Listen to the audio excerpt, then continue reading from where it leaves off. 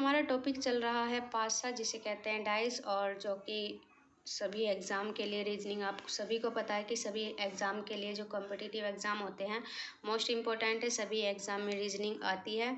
और यह पासे का पार्ट सेकंड है। यदि मेरे चैनल को आपने सब्सक्राइब नहीं किया है तो प्लीज़ सब्सक्राइब कर लीजिए। कल मैंने आपको बताया था पार्ट फर्स्ट में इसके कि पासे किस तरह का होता है और इसमें कितनी सतह होती हैं, कितने प्रकार के पासे होते हैं। 2 प्रकार के पासे होते हैं, साधारण पासा और मानक पासा। जब संलग्न सतह का योग 7 आता है तो वह साधारण पासा कहलाता है, और जब संलग्न सतह का योग 7 नहीं आता तो वह मानक पासा कहलाता है। जैसे इसमें देखिए, यहाँ पे ये हमारी संलग्न सतह है जो आपस में जुड़ी होती हैं, वो संलग्न सतह है। अब ये हमें 2 बॉक्स दिए गए हैं, 3-3 बॉक्स के। तो एक बॉक्स ये है, एक बॉक्स ये है। अब ये एक पासे में 6 सतह होती हैं, तो एक ही पासे की ये 6 सतह हैं। 3 को अलग कर दें, 3 को अलग, क्योंकि यदि हम एक पासे को अपने सामने रख के देखें तो उसकी हमें 3 ही साइड दिखाई देती हैं और 3 हमारी छुपी रहती हैं। तो ये जो छुपी हुई साइड होती है, इनमें से कोई सी भी आप छुपी हुई साइड मान सकते हैं और कोई सी भी इसको जो आपके सामने दिखाई देती है वो मान सकते हो। तो हम स्टार्ट करते हैं। जब एक सतह समान हो, जब पासे की एक सतह समान हो और उसमें पूछा गया हो कि बताइए इस अंक के विपरीत अंक कौन सा होगा।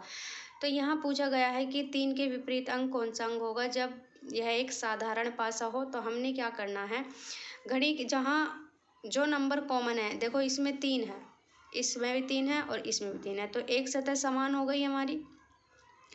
तो जो नंबर सेम होता है वहाँ पे अपना पेन को रखिए और उसको घड़ी की सुई के अनुसार घुमाइए। तो हमने इसे घड़ी की सुई के अनुसार घुमाया तो हमारा आया 3 4 6। तो हमने लिखा 3 4 6।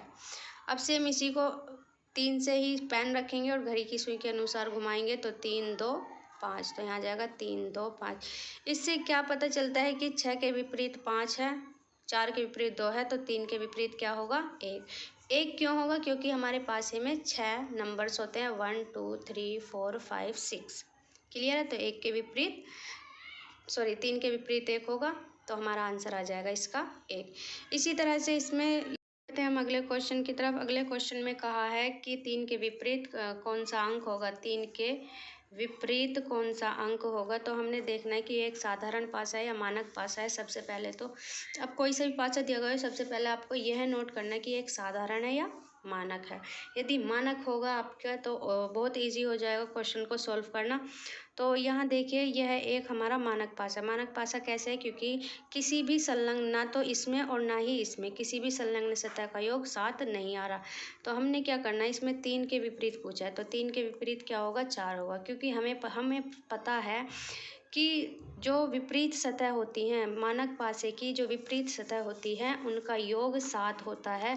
यदि एक सतह मान लो 3 के विपरीत पूछा गया तो 7 होगा, 5 के विपरीत पूछा गया तो 2 होगा और 6 के विपरीत पूछा गया तो 1 आंसर होगा, यदि वह एक मानक पासा है।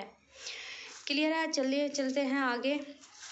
आगे दिया गया है जब 2 सतह समान हो, तो उस कंडीशन में हम किस तरह से क्वेश्चन को सॉल्व करेंगे जब 2 सतह समान हो। तो इसमें देखिए कौन कौन सी सतह समान है। एक तो 4 5 और यहाँ भी 4 5 पूछा है कि 2 के विपरीत कौन सा नंबर होगा। तो 2 के विपरीत 3 होगा, क्योंकि 4 के समान 4 होगा, 5 के समान 5 होगा, और तो 2 के विपरीत क्या बचेगा, 3। तो इसका आंसर आ जाएगा 3।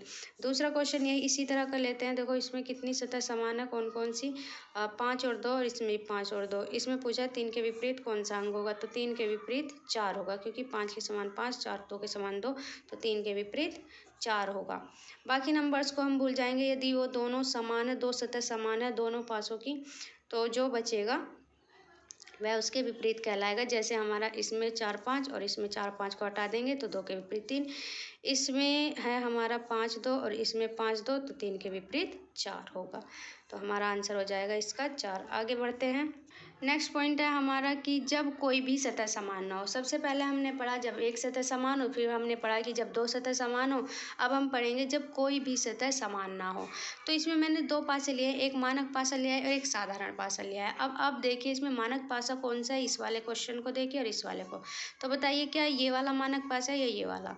हमारा जो मानक पासा है वो हमारा फर्स्ट वाला होगा। जैसे क्योंकि इसकी जो संलग्न सतह है, चाहे वो ये हो या ये वाला पोर्शन हो, इसकी संलग्न सतह का योग 7 नहीं आता तो यह हमारा मानक पासा है, लेकिन इसकी संलग्न सतह का योग 7 आ रहा है तो यह हमारा साधारण पासा है। अब मानक पासा है, मानक पासे में अब आपने पहचान लिया कि ये मानक पासा है। अब वो कुछ भी पूछे, मान लो उसने कहा कि 3 के विपरीत बताइए, तो जाहिर सी बात है 3 के विपरीत 4 आएगा, तो हमारा 4 आंसर हो जाएगा। अब वह पूछ सकता है कि 2 के विपरीत बताइए, 2 के विपरीत क्या होगा, तो 2 के विपरीत 5 होगा, क्योंकि मानक सतह की विपरीत सतहों का योग 7 होता है। यदि वो पूछेगा 6 के विपरीत बताइए तो 1 होगा। यही वो पूछ सकता है कि 4 के विपरीत बताइए तो 3 होगा, 5 के विपरीत बताइए तो 2 होगा, 1 के विपरीत बताइए तो 6 होगा। तो कोई सी भी कंडीशन पूछ सकता है, केवल उनका योग 7 लाना है आपको। यदि वो 6 के विपरीत पूछता है तो 1 हो जाएगा, क्योंकि 6 और 1 7 होता है।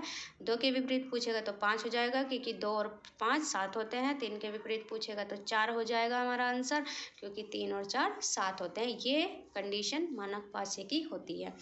दूसरी कंडीशन में है कि जब कोई भी सतह समान हो, देखो सतह इसमें भी समान नहीं थी, ठीक, अब सतह इसमें भी समान नहीं, लेकिन ये एक साधारण पासा है, तो इसमें हमें क्या करना है, देखो ये जो ऊपर वाला बॉक्स होता है इसमें और इसमें, तो ये अपर होता है और ये भी अपर है, क्योंकि दोनों बॉक्स का अपर मतलब जाहिर सी बात है कि एक बिलो होगा तो एक अपर होगा, ठीक। और ये होता है हमारा लेफ्ट राइट और लेफ्ट राइट, तो लेफ्ट के अपोजिट कौन सा होगा, लेफ्ट के अपोजिट राइट और लेफ्ट के अपोजिट ये वाला राइट। तो 1 के विपरीत हो जाएगा 3, 2 के विपरीत हो जाएगा हमारा 6 और 5 के विपरीत हो जाएगा हमारा 4। अब वो कोई सा भी नंबर पूछे, यदि वो पूछे आपसे कि 3 के विपरीत क्या होगा तो आप बता दोगे 1। यदि वो पूछे कि 1 के विपरीत क्या होगा आप बता दो कि 3। यदि क्वेश्चन में पूछा जाए कि 5 के विपरीत क्या होगा तो 4, और 4 के विपरीत क्या होगा 5, 6 के विपरीत क्या होगा 2, 2 के विपरीत क्या होगा 6। तो इस तरह से हमारा आंसर आ जाएगा। मान लो क्वेश्चन में पूछा गया कि 5 के विपरीत बताइए कौन सा अंक होगा, तो मैं लिखूंगी 4 आंसर। क्लियर है? वीडियो अच्छी लगी तो लाइक कीजिए, शेयर कीजिए, और इस पर मैं एक वीडियो और बनाऊंगी और यह चैप्टर आपका फिनिश हो जाएगा। उसमें ही मैं आपकी सारी प्रॉब्लम्स को सॉल्व कर दूंगी कि किस तरह से पासे को खोलते हैं। नेक्स्ट वीडियो में मैं बताऊंगी कि पासा किस तरह से खोला जाता है और उसको सॉल्व किस तरह से किया जाता है। तो वीडियो अच्छी लगी तो लाइक कीजिए, शेयर कीजिए, और यदि आपने चैनल को सब्सक्राइब नहीं किया है तो प्लीज़ प्लीज़ प्लीज़ सब्सक्राइब ज़रूर कर लीजिए। Thank you.